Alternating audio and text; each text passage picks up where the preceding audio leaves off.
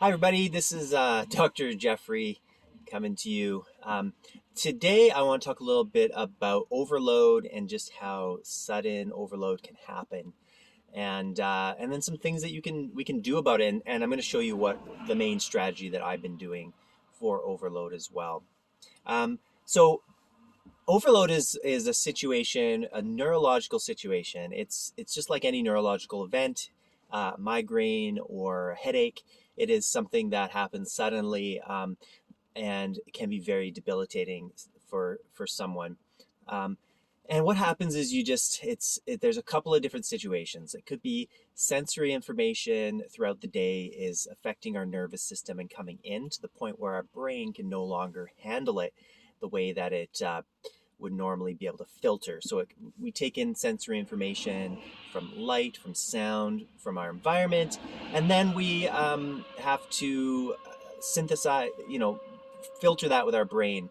And if we get to the point where too much information is coming in, our brain is kind of like a computer running too many programs. It just can't process. So it is physiological. It is well characterized neurological thing that happens to people when too much information is coming in. It's particularly um, a, can be a problem uh, for people that have very sensitive nervous systems. Now, the other situation is you could be going through an anxiety episode, and the amygdala is something that controls our fear response and makes us fearful. And when that is activated, we actually are taking in more information as well. So we can get an overload situation with anxiety. Um, so those are the two things that happen, and throughout the what it can happen suddenly, and it can be very debilitating.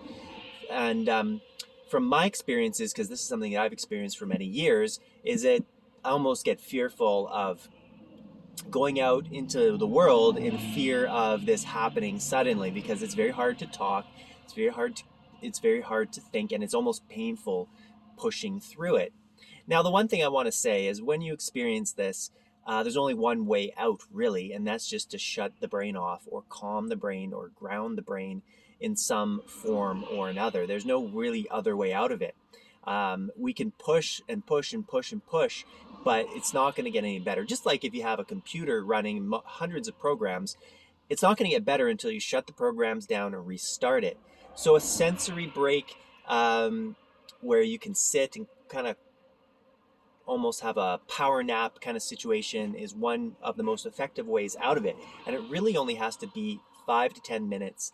Everybody's a little bit different in how much they need to basically shut their brain off to get out of an overload. And we may need to do it several times throughout the day, depending on the overload situation. So that's how we deal with it. So what I do is I have in my office, I have a blanket, and I have a place I can turn the lights down, and I can hide away and tuck away for just that 10 minutes. I kind of go into this kind of calm state for a little bit. It's a nice glowing feeling. And then my brain shuts down and shuts back on, and the information, and they're much more clear. Now, the big thing we get this confused with is anxiety, and I know I treated it like anxiety for many years. And the only issue with that is anxiety is something we have to push through, where overload we can't push through. So that's the big difference, in that once you push through anxiety, you feel better. If you don't push through anxiety, then it can build and build and build and get worse and worse and worse. Whereas overload situations, almost like you're going through life in glue, or you're kind of stuck, and it can be a very painful experience. So shutting the brain down is the only way through that. All right, so that's a little tip on overload. Hope you enjoyed it.